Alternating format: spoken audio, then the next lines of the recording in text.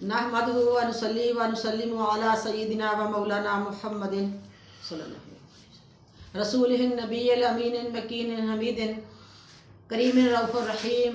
अम्मा बाद फ़अऊज़ु बिल्लाहि मिनश शैतानिर रजीम। बिस्मिल्लाहिर रहमानिर रहीम।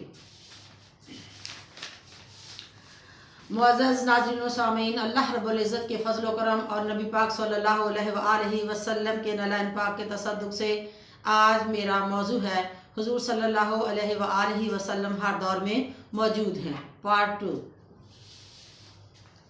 हज़रत शाह वलीउल्लाह मुहद्दिस देहलवी फरमाते हैं कि हुज़ूर सल्लल्लाहु अलैहि वसल्लम के वफ़ात अक़दस के 1100 साल बाद मुझे मदीना मुनव्वरा की ज़ियारत नसीब हुई।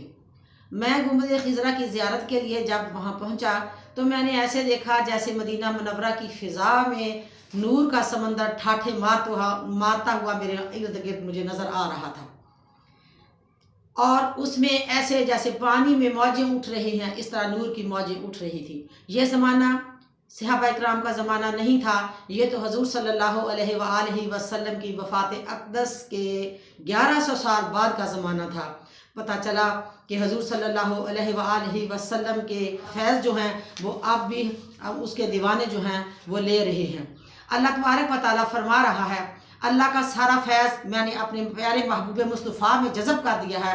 हुज़ूर सल्लल्लाहु अलैहि वसल्लम अनफस होने के नाते से सारे फैज़ मखलूक में आपने बांट दिए। हुज़ूर सल्लल्लाहु अलैहि वसल्लम ने अनफस होने के नाते से सारे फैज़ मखलूक में बांट दिए, इसलिए कि मखलूक में भारीपन है। अल्लाह ने ये एक ज़रिया बनाया है अपनी तजल्लियात और अपने फ्यूज़ का कि मेरे नबी पाक सल्लल्लाहु अलैहि वसल्लम के दरे मुस्तफ़ा से हर मुसलमान जो है वो फैज़ ले सकता है। इसी तरह हुज़ूर सल्लल्लाहु अलैहि वसल्लम फैज़ व कमाल का मंबा है। हुज़ूर का सीना खजीना इलाही है। आपका सीना मार्फत इलाही का एक खजाना है। आपका सीना गुलाफों से खुला हुआ सीना है। आपका सीना इल्म गैब और शहादत ने जो है वो मुनअकिस कर रहा है। हुज़ूर के सीने में अल्लाह की ज़ाती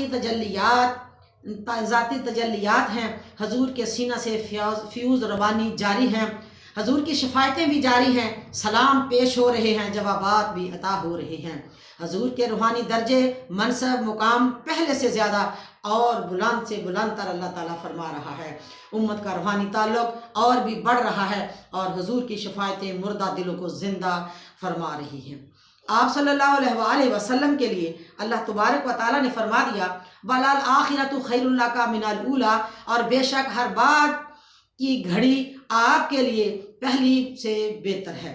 यानी आप सल्लल्लाहु अलैहि वसल्लम की बातन हयात ज़ाहरी हयात से कहीं और ज़्यादा बुलंद है। अल्लाह ताला फरमा रहा है कि ऐ लोगों, मेरे एक ही बंदे की तजल्लियात का मैं मिसाल नहीं, यहाँ पूरी कायनात मेरे आका सल्लल्लाहु अलैहि वसल्लम के फैज़ से जो है वो अपने दिलों को मुनव्वर कर रही है। जैसा कि एक ख्वाब, सच्चा ख्वाब जो रूहानियत हकीकत है वो वाज़िया कर रहा है। सुल्तान नूरुद्दीन ज़ंगी दमिश्क में रहने वाले थे और बहुत ही पारसा और मुत्तकी परहेज़गार थे। आप फरमाते हैं कि मुझे ख्वाब में हुज़ूर सल्लल्लाहु अलैहि वसल्लम की ज़ियारत हुई। आप मुझे दो आदमियों की तरफ इशारा फरमा कर कह रहे हैं कि ए नूरुद्दीन ज़ंगी, इन दो आदमियों के शर से मुझे बचाएं। मैं उठा, वज़ू किया, नमाज़ पढ़ी, अल्लाह से दुआ की और मैं सो गया। दूसरी दफ़ा मुझे फिर यही ख्वाब आया, तीसरी दफ़ा फिर यही ख्वाब आया। फिर मैंने अपने 200 सिपाहियों को साथ लिया, अपने वज़ीर को साथ लिया और मदीना मुनव्वरा का सफ़र मैंने शुरू कर दिया। मेरी अचानक आमद जब अमीर मदीना को पता चला कि अचानक आमद से वो बहुत ज़्यादा खुश हुए। उन्होंने हमारी मेहमान नवाजी भी की। इसके बाद मैंने अपना सारा ख्वाब जो है वो उनके गोश गुजार दिया। वो बहुत ज़्यादा इससे मुतासर हुए। उन्होंने मदीना शरीफ में ऐलान फरमा दिया कि सब लोगों को इनामात तकसीम किए जाएंगे। आप सब लोग जो हैं वो अमीर मदीना की खिदमत में हाज़िर हो जाएं। लोग जौक दर जौक इनामात लेने के लिए आए और नूरुद्दीन ज़ंगी जो थे वो बड़े तजस्सुस के साथ, बड़ी वो मोहब्बत के साथ नबी पाक सल्लल्लाहु अलैहि वसल्लम के इस हुक्म को अपने साथ माथे पे रखते हुए हर आदमी को बड़ी तवज्जो से देख रहे थे कि वो दो आदमी जिनका शर नबी पाक सल्लल्लाहु अलैहि वसल्लम ने इशारा फरमाया था कि इनके शर से बचाइए, वो दो शख्स जो है वो नहीं आए। लोगों को पूछने से पता चला कि दो दरवेश टाइप इंसान हैं, दोनों आदमी जो है वो जन्नत बकी में पानी पिलाने का काम कर रहे हैं। उनको बुलवाया गया, पूछने से पता चला कि उनका घर भी इधर ही मदीना शरीफ में है। नूरुद्दीन ज़ंगी और अमीर मदीना दोनों ने उनके घर का जायज़ा लिया। वहाँ जाकर पता चला कि उन्होंने अपने घर से कब्र अनवर की तरफ एक सुरंग खोदना शुरू की हुई है और वो इस नीयत से कर रहे हैं कि नबी पाक सल्लल्लाहु अलैहि वसल्लम के जिस्म अक़दस को चुराया जाए। नूरुद्दीन ज़ंगी ने फौरी तौर पे उन दोनों के साथ जो थे वो धड़ से जुदा कर दिए और अपनी किस्मत पे फ़ख्र करने लगे। वो उनको उनके खुशी से आंखों में से आंसू आ गए और वो मदीना की पाक की गलियों में बड़ी खुशियों से और बड़े फ़ख्र से फिरने लगा। अमीर मदीना ने कब्र अनवर के इर्द गिर्द शीशा भर दिया ताकि कोई ऐसा हमला जो है वो दोबारा करने की जुर्रत भी ना करे। अब पता चला कि अल्लाह तबारक व तआला के जो प्यारे हैं वो तजल्लियात भी ले रहे हैं और फैज़ भी ले रहे हैं। और फिर जो नूरुद्दीन ज़ंगी थे वो तकरीबन 559 हिजरी में उन्होंने दमिश्क में वफ़ात पाई और उनका दमिश्क में ही मज़ार बना दिया गया। पता चला कि हजूर सल्लल्लाहु अलैहि वसल्लम अपने दोस्तों से मिलते भी हैं, बातें भी करते हैं, देखते भी हैं और सुनते भी हैं। सो पता चला रूहानियत हकीकत है। सूरज के होते हुए किसी चिराग की ज़रूरत नहीं और मेरे आका सल्लल्लाहु अलैहि वसल्लम के होते हुए किसी नबी और रसूल की ज़रूरत नहीं। आइए आप सल्लल्लाहु अलैहि वसल्लम के फरमान अक़दस के साथ साथ फरमान अक़दस जो भी दुनिया में अल्लाह तबारक व तआला ने, आइए हजूर सल्लल्लाहु अलैहि वसल्लम की एक हदीस शरीफ और एक कुरान पाक की जो सूरत नूर है उसकी 61 आयत से मैं साबित करती हूँ कि हजूर सल्लल्लाहु अलैहि वसल्लम मोमिनों के घरों में जलवागर हैं और हर मोमिन के सीना में मौजूद हैं। जैसे कहते हैं हजूर जिस्मानी लिहाज से तो मदीने में हैं लेकिन रूहानी लिहाज से हर मोमिन के सीने में है। तो अल्लाह तबारक व तआला सूरत नूर की 61 आयत में फरमा रहा है, फसल्लिमु अला अनफुसिकुम तहिय्यतम मिन इंदिल्लाहि मुबारकतन तय्यिबा, और तो अपनों को सलाम करो और अल्लाह की तरफ से अच्छी और पाकीज़ा दुआ है। इससे साबित हुआ कि अल्लाह तबारक व तआला फरमा रहा है, ए मोमिनो जब तुम अपने घरों में जाते हो तो फिर अपने घर वालों को सलाम करो। शर्त यह है कि वो मोमिन मुसलमान हों, आपके वालिदैन, आपके बहन भाई यानी घर में जो भी हैं वो मुसलमान हैं तो उनको सलाम करें। सलाम इसलिए करवाया गया है कि अल्लाह तबारक व तआला फरमा रहा है कि अन्नबिय्यु औला बिल मुमिनीना मिन अनफुसिहिम, कि हर मोमिन के अंदर जो भी रूह है वो नबी पाक सल्लल्लाहु अलैहि वसल्लम के रूह मुकद्दस से आपके नूर से सरायत की गई है। पता चला कि हर मोमिन के सीने में नबी पाक सल्लल्लाहु अलैहि वसल्लम की नूर की रूह है। इसलिए जब हम एक मोमिन को सलाम करते हैं तो वह सलाम जो है वो कमली वाले आका दो जहाँ की तरफ ही लौट जाता है। दूसरा ये फरमाया गया है कि अगर आपके घर में कोई भी नहीं है और आपने ताला खोला है तो आप महसूस करते हो कि आप सलाम किसे किया जाए। हदीस पाक में अल्लाह तबारक व तआला के प्यारे महबूब मुस्तफ़ा ने फरमाया, ए मोमिन जब तू अपना दरवाज़ा खोलता है तो फिर तू सलाम इस तरह कर लिया कर, अस्सलामु अला नबी, कि मैं अपने प्यारे महबूब मुस्तफ़ा सल्लल्लाहु अलैहि वसल्लम अपने प्यारे नबी को सलाम करती हूँ। सलाम आका सल्लल्लाहु अलैहि वसल्लम को ही कर लिया कर। अल्लाह तबारक व तआला फरमाते हैं कि ए लोगों सलाम का ख्याल किया करो, अस्सलामु अलैकुम कहा करो। सलाम अलैकुम ये लफ्ज़ बहुत ही गलत है, इसका जो माना है वो भी गलत है। अस्सलामु अलैकुम का मतलब है कि अल्लाह तबारक व तआला की तरफ से आप पर सलामती हो। साफ और सुथरा हमें सलाम पेश करना चाहिए। पता चला कि मोमिन के सीने में भी आका मौजूद हैं और 1100 साल बाद हज़रत शाह वलीउल्लाह मुहद्दिस देहलवी को 1100 साल बाद फैज़ दे रहे हैं और फिर नूरुद्दीन ज़ंगी को भी ख्वाब में आप नूरी तजल्लियात और अपना जो ज़ियारत दे रहे हैं। पता चला कि हर मोमिन के सीना में भी है, हर मोमिन के घर में भी है। चलते फिरते आप एक दूसरे को सलाम करें, शर्त यह है कि आपको मिलने वाले लोग मुसलमान हों। इसी तरह अल्लाह तबारक व तआला फरमा रहा है, सूरत अहज़ाब की 56 आयत से साबित हुआ कि इन्नल्लाह व मलाइकतहु युसल्लूना अलन नबी, के बेशक अल्लाह और इसके सारे फरिश्ते नबी सल्लल्लाहु अलैहि वसल्लम पर दरूद भेजते हैं। यानी भेजते हैं से महसूस हुआ कि हर दिन, हर रात, हर सायत, हर घड़ी अल्लाह तो ना सोता है ना ऊँगता है, अल्लाह अपने फरिश्तों को साथ लगा के दरूद मेरे आका पर पढ़ता ही जा रहा है। पता चला कि अल्लाह तबारक व तआला की बारगाह रब्बुल इज़्ज़त में भी और माला आला की बुलंदियों पर भी कमली वाले आका दो जहां मौजूद हैं।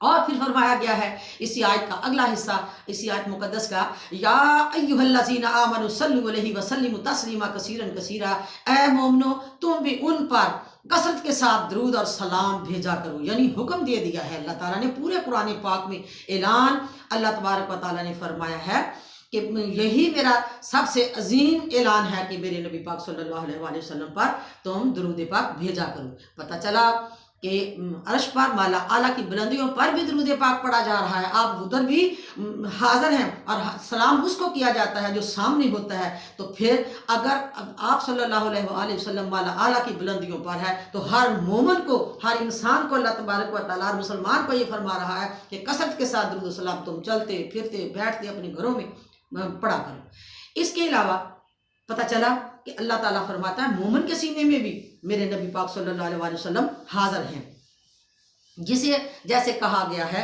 अल्लाह तबारक व तआला ने कि जान लो वालमु अन्ना फीकुम रसूलुल्लाह के हुजूर सल्लल्लाहु अलैहि वसल्लम आप में मौजूद हैं।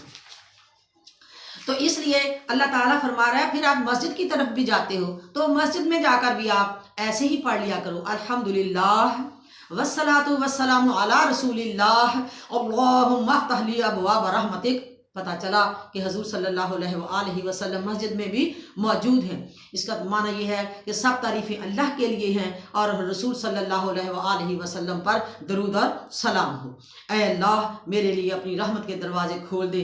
पता चला कि कायनात में जितनी भी हर जगह पे मसाजिद हैं, हर मसाजिद में कमली वाले आका दो जहां मौजूद हैं। अल्लाह की तारीफ़ के बाद हम उनको दरूद और सलाम करते हैं। कहीं माला आला की बुलंदियों पर मेरे आका हाजिर हैं और कभी किसी मोमिन के सीने में है, कभी मसाजिद में है। तो जिस तरह सूरज बयक वक्त पूरी कायनात को रोशनी दे रहा है, इस तरह हुजूर सल्लल्लाहु अलैहि वसल्लम मस्जिद नबवी में तशरीफ़ फरमा होकर पूरी कायनात को जलवा दिए हुए हैं और आपकी रूह पूरी कायनात को सरायत किए हुए है। क्या आसमान में चांद है, क्या सितारे हैं, क्या सूरज है, हर चीज़ को कमली वाले आका दो जहाँ का नूर मुकद्दस जो है वो दिया जा रहा है।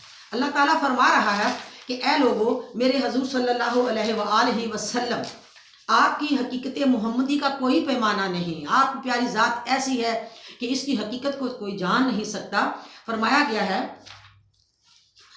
कि ए बंदे तेरी समझ में ये बात नहीं आ सकती, देख ज़मीन जो है वो बग़ैर पिलर के खड़ी है, आसमान बग़ैर पिलर के खड़ा है। और फिर फरमाया गया है कि ये सितारे और सैयारे जितने भी हैं ये सूरज से, सितारे और सैयारे सूरज से रोशनी ले रहे हैं।